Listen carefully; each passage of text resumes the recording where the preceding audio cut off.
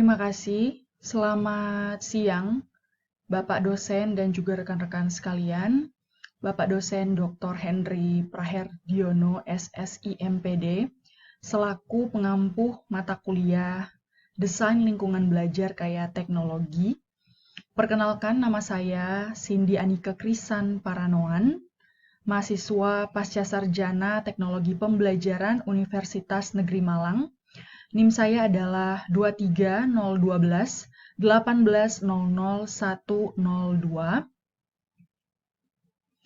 Dan pada kesempatan kali ini, saya akan melanjutkan review atau hasil bacaan buku saya yang kelima, yang berjudul A Practitioner's Guide to Instructional Design in Higher Education, yang ditulis oleh Sherry Conklin, Beth Oyarzum, Rebecca M. Risi, dan juga Jill E. Stefaniak. Baik, selanjutnya adalah alasan memilih buku yang kelima ini adalah dikarenakan presenter atau saya sendiri ingin memahami praktik dari desain pembelajaran pada pendidikan tinggi. Nah, langsung saja ini adalah beberapa ulasan atau review yang telah saya dapatkan setelah membaca buku tersebut. Yang pertama adalah The Competencies for Instructional Design in Higher Education. Untuk bagian ini sendiri ditulis oleh Albert Derritzoud, Swapna Kumar, dan juga Florence Martin. Di mana terdapat Foundational Competencies for Instructional Designer in Higher Education. Sehingga ada kompetensi-kompetensi dasar yang harus dimiliki oleh seorang desain pembelajar itu sendiri.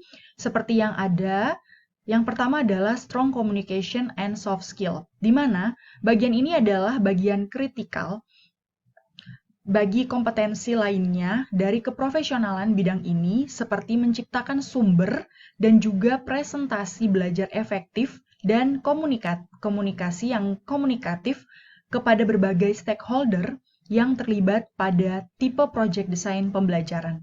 Seorang instructional designer harus mampu berkomunikasi dan berkolaborasi dengan subject matter experts, graphic designer, pengembangan multimedia, video producer, pembelajar, manajer project, maupun hal-hal yang masih banyak lagi.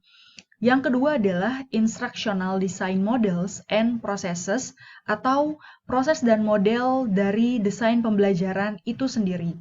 Di mana selain sekitar 100 model dan proses desain pembelajaran yang didefinisikan dan dideskripsikan dalam literatur-literatur penelitian akademik, seorang desainer pembelajaran juga pada pendidikan tinggi perlu memperhatikan berbagai model dan proses tersebut.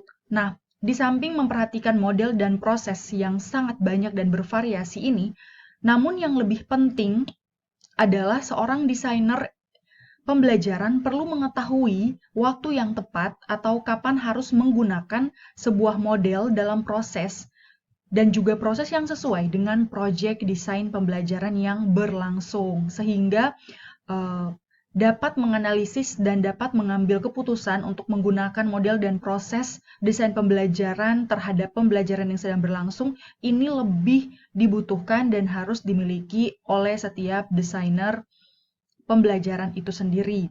Nah, di mana penelitian terbaru ini menunjukkan bahwa keprofesionalan dari seorang instructional designer ini memanfaatkan berbagai model desain pembelajaran yang berbeda, tetapi sering mendeskripsikan fase dari ADI seperti yang kita ketahui adalah analysis, design, development, implementation, dan juga evaluation untuk menggambarkan alur kerja atau alur dari desain pembelajaran itu sendiri.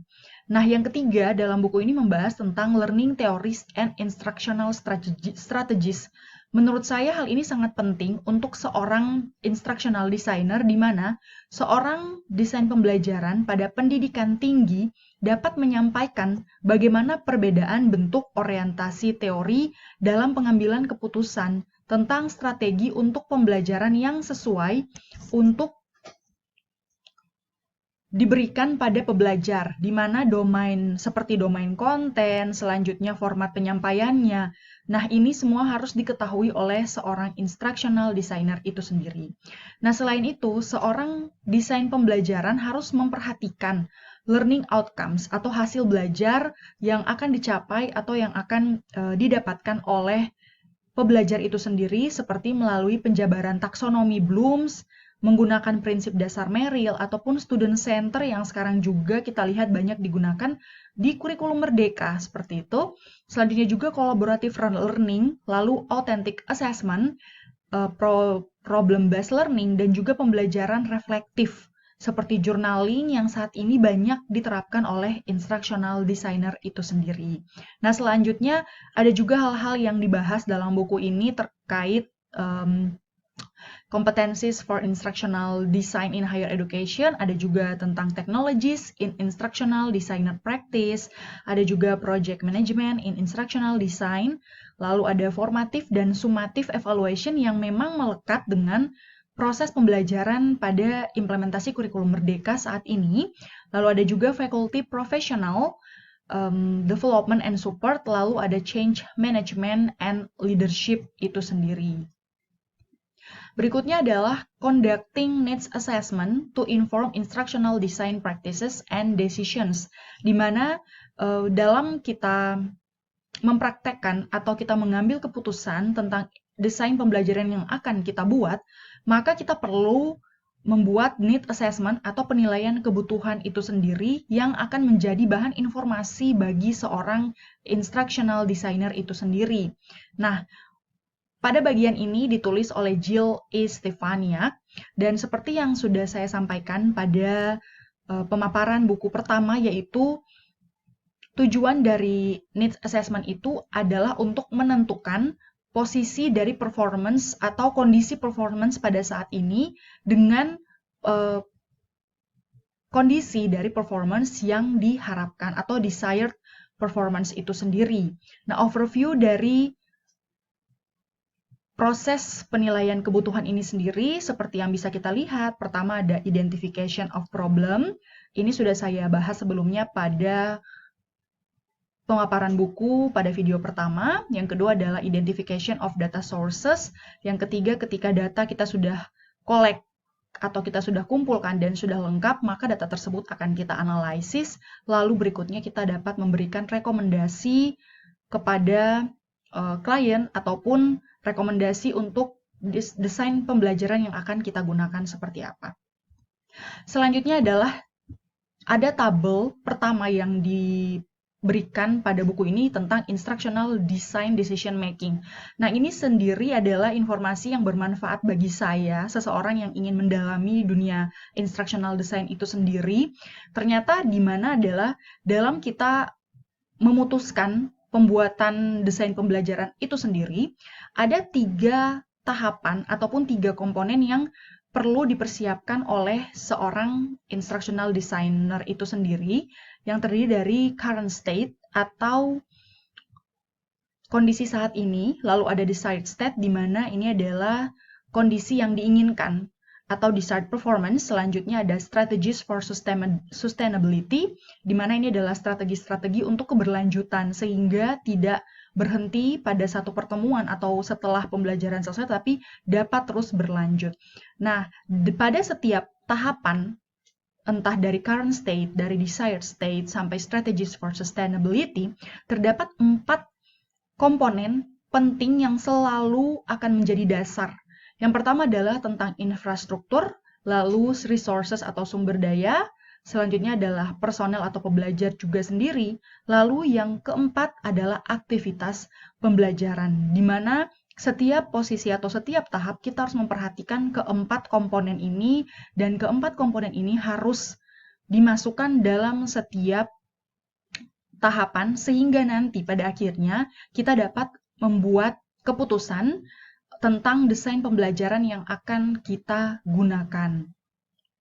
Selanjutnya adalah terdapat juga tabel kedua tentang examples of questions to ask during a needs assessment, di mana ini adalah contoh-contoh pertanyaan yang dapat kita berikan saat kita melakukan needs assessment atau penilaian kebutuhan itu sendiri. Nah, terdapat tiga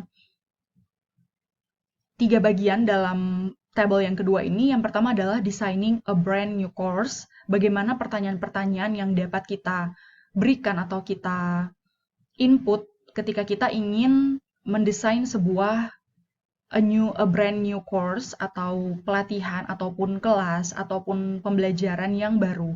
Selanjutnya adalah developing an online course based of a face-to-face course, sehingga ketika kita akan mengembangkan sebuah pelatihan online berdasarkan atau berbasis pada tatap muka atau kelas tatap muka, akan ada pertanyaan-pertanyaan yang diberikan.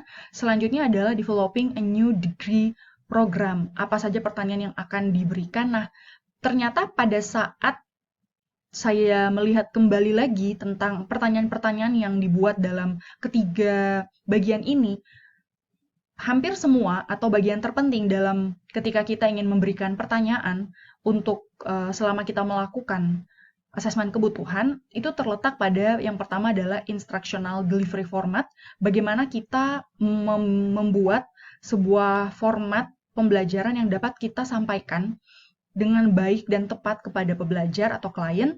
Lalu ada goals of the course, jadi apa saja sih tujuan-tujuan atau goal yang akan kita capai melalui pelatihan, pembelajaran, ataupun kelas tersebut. Selanjutnya ada type of interaction and social presence, sehingga apa saja sih, bagaimana atau tipe interaksi seperti apa yang akan kita rancang, yang akan kita terapkan pada pembelajaran tersebut, dan bagaimana kehadiran dari lingkungan pembelajar itu sendiri yang ingin kita hadirkan. Lalu ada types of learning experiences needed, di mana kita harus memutuskan tipe-tipe pembelajaran atau tipe pengalaman pembelajaran apa yang dibutuhkan sih untuk mencapai atau memaksimalkan pembelajaran tersebut sehingga menghasilkan learning outcomes yang tepat dan baik. Nah, selanjutnya kita masuk ke tabel yang ketiga.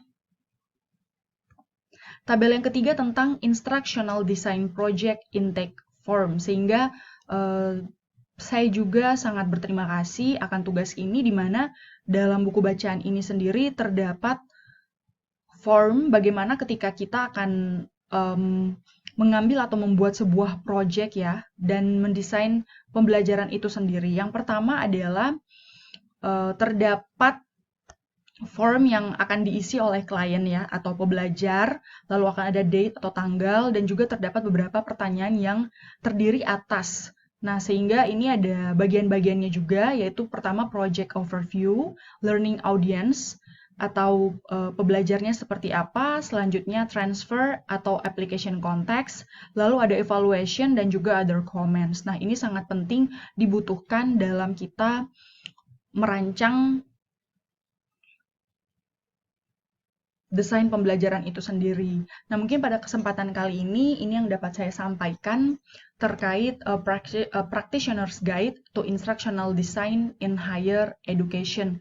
Implementasinya sendiri pada kelas saya selama ini atau pada lingkungan belajar kami adalah kami ingin agar ada tahapan-tahapan yang sesuai dan tepat sehingga pelatihan ataupun pendampingan yang diberikan kepada guru maupun pembelajar dapat sesuai. Hanya ini yang dapat saya sampaikan. Terima kasih dan selamat siang.